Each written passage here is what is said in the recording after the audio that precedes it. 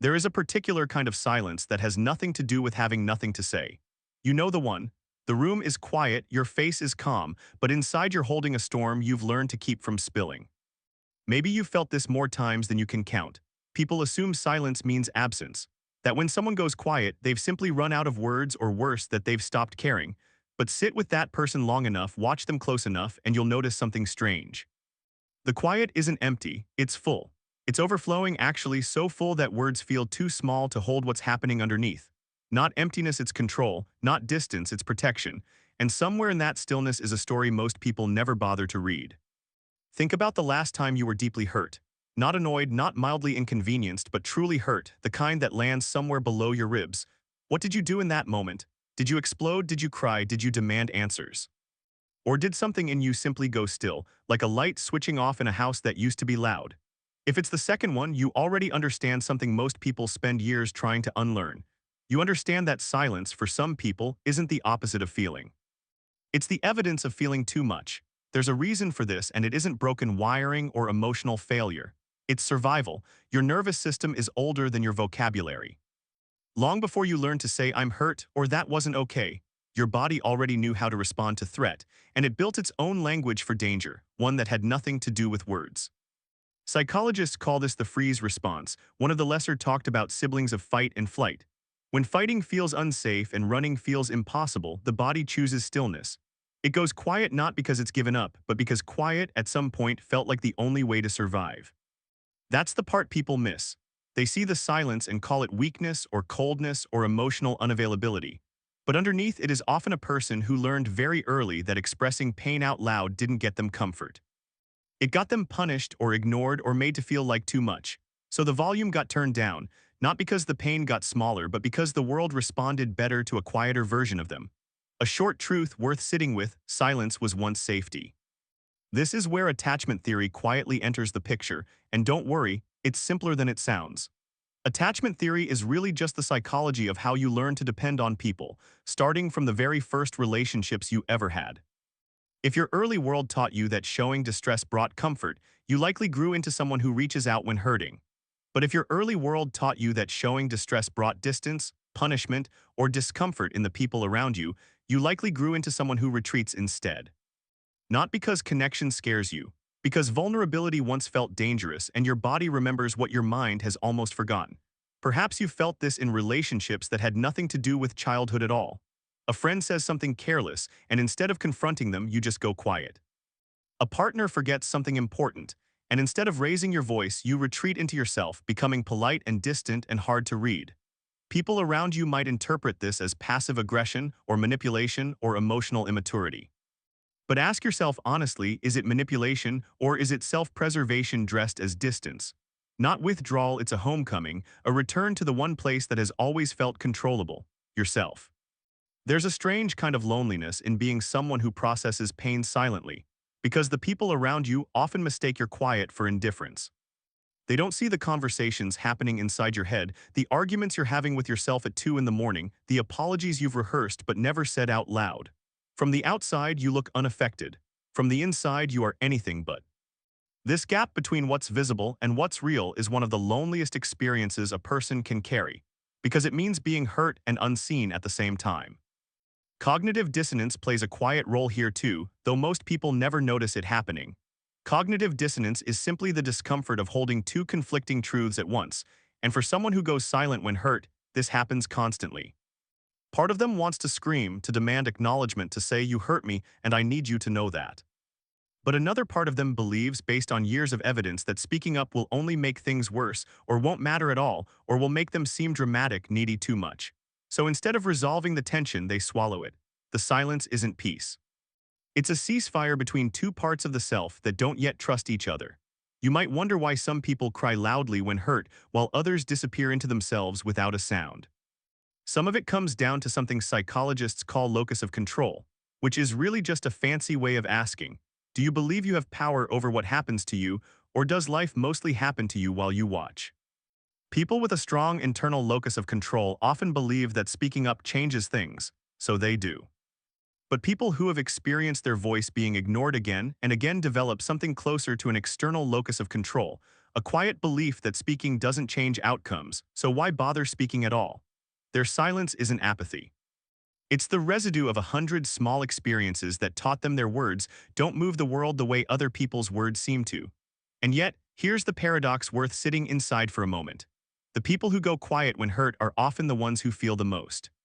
Not the least, there's a common myth that emotionally expressive people feel more deeply than reserved people, but that's not quite true. Depth of feeling and volume of expression are two entirely different things. Some of the most emotionally intelligent people you'll ever meet are the quietest in moments of pain, not because they don't understand what they're feeling, but because they understand it too well to trust it to a conversation that might not hold its weight. Have you ever noticed how the people who hurt the most quietly are often the ones taking care of everyone else's feelings first? There's something almost sacred about that instinct, even when it costs them. They'll swallow their own hurt to keep the peace, not because their pain doesn't matter, but because somewhere along the way, they learned that peace was their responsibility to maintain. This is where silence stops being simple self-protection and becomes something closer to self-sacrifice. Not weakness, it's devotion, misplaced and unspoken, but devotion nonetheless. Of course, this pattern isn't without cost. Emotional suppression, the habit of pushing feelings down instead of expressing them, has been linked again and again to increased stress on the body, not just the mind. When you don't let pain move through you, it doesn't disappear. It relocates. It shows up as tension in your shoulders, as trouble sleeping, as a strange heaviness that follows you into rooms that have nothing to do with what actually hurt you. The body keeps score even when the mouth stays closed. Still, it would be too simple to say that silence is only ever a wound. Sometimes silence is wisdom. Sometimes it's the space a person needs to understand what they're actually feeling before they try to explain it to someone else. There's a difference between silence that avoids truth and silence that's preparing to meet it. One is running away. The other is getting ready to come home to yourself. Ask yourself when you go quiet, are you hiding from the feeling, or are you finally alone enough to feel it honestly? There's also something worth noticing about the specific kind of person who goes quiet rather than loud. Often these are people who were praised growing up for being easy, for being low maintenance, for not causing problems. Somewhere in that praise was a quiet, unspoken lesson. Your needs are a burden, your pain is an inconvenience, and the version of you that gets loved the most is the version that asks for the least. So they built a version of themselves that could carry enormous weight without ever looking like they were carrying anything at all. That's not resilience born from strength alone. That's resilience born from necessity, which is a very different, much heavier kind of strong. Perhaps this describes someone you know, or perhaps it describes you. If it does, there's no shame folded into that. There's only a pattern that once made sense, formed by a nervous system trying its best to keep you safe in a world that didn't always feel safe to be fully seen in. Not damage, it's adaptation. Not coldness, it's calibration, your body adjusting its temperature to match the emotional climate it grew up in. There's a particular ache in loving someone who goes quiet when hurt, especially if you're someone who processes pain out loud. You want them to yell, to cry, to say something, anything, so you know where you stand. Their silence can feel like rejection, like being shut out of a room you didn't even know existed. But if you can resist the urge to interpret their quiet as absence, you might notice something else happening underneath it. A person trying in the only language they trust to hold their pain without letting it become a weapon aimed at you. Their silence isn't punishment. Often, it's restraint. This is where compassion has to widen a little. It's easy to love the parts of people that are easy to read. It's harder and more meaningful to love the parts that require translation. Someone who goes quiet when hurt isn't asking you to fix their silence. They're often asking you without words to stay anyway, to not confuse stillness for absence, to understand that some people say I'm hurting by saying nothing at all, and that this too deserves patience. There's a kind of intimacy that lives inside silence that loud emotion rarely reaches. When someone finally lets you witness their quiet, the real quiet, not the performance of calm, but the actual internal hush of someone trying to survive a feeling, that's not distance. That's not loneliness, it's intimacy, a rare and unguarded kind. Being led into someone's silence is being led into a room most people never get access to. It's a privilege disguised as absence. You might ask yourself honestly, when was the last time you let someone see you in your quiet, not your polished, composed quiet, but the real one, the one that shakes a little underneath the surface?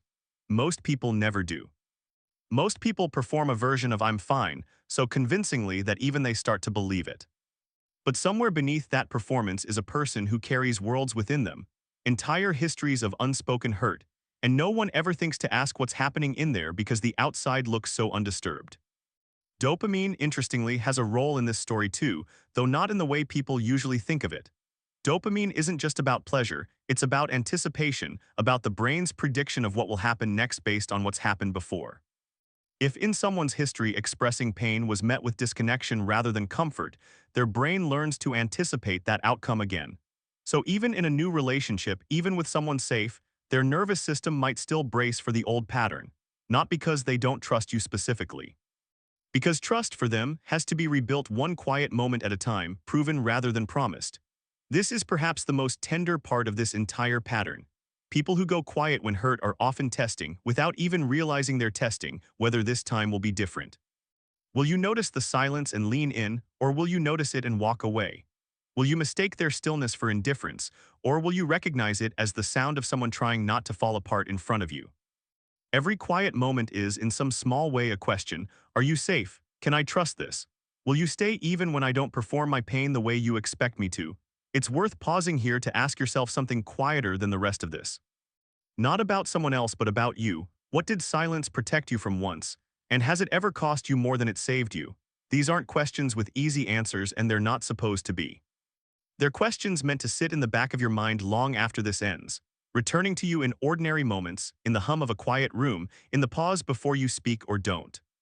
There's a slow kind of healing that happens when someone who's always gone quiet starts to trust their own voice again. It doesn't happen all at once. It happens in small, almost invisible moments. A sentence half said instead of fully swallowed. A "that actually hurt me" instead of a shrug. A refusal to disappear into the version of themselves that makes everyone else comfortable at their own expense. This isn't loud healing. It's quiet, careful, unfiltered honesty finding its way back into a body that once believed honesty was dangerous. And maybe that's the real work, not becoming louder, not forcing yourself into a version of expression that never felt natural, but learning that your quiet doesn't have to mean disappearance, that you can be still and still be present, that you can process pain internally without erasing yourself entirely from the moment you're in. There's a difference between silence that isolates and silence that simply needs a little more time before it becomes words. Learning to tell the two apart might be one of the most important things a person can do for themselves. Somewhere in all of this is a truth worth carrying gently. The people who go quiet when hurt are rarely the ones who feel the least.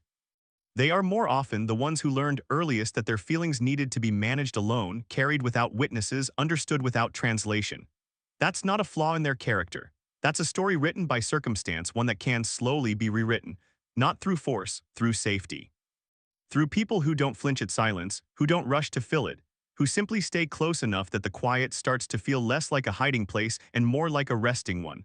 There is nothing wrong with a person who needs quiet to survive a feeling. There never was. The world is loud enough already, spilling over with people who process everything out loud, who need immediate reaction, immediate validation, immediate proof that they've been heard. But some people were built differently, wired to turn inward before they turn outward, to sit with a feeling in private before they let anyone else witness it. That isn't broken. That's simply a different rhythm of being human, one that deserves patience instead of suspicion. Maybe the next time you notice someone go quiet after being hurt, whether it's someone you love or a version of yourself you've never fully understood, you'll pause before assuming absence. You'll wonder instead what's happening underneath that stillness. What storm is being held so carefully behind such a calm expression? And maybe, if you're patient enough, you'll come to understand that some of the deepest things a person will ever feel are the ones they never say out loud, choosing instead to let them live quietly, safely, entirely their own, in the sacred, unfiltered space just beneath the silence.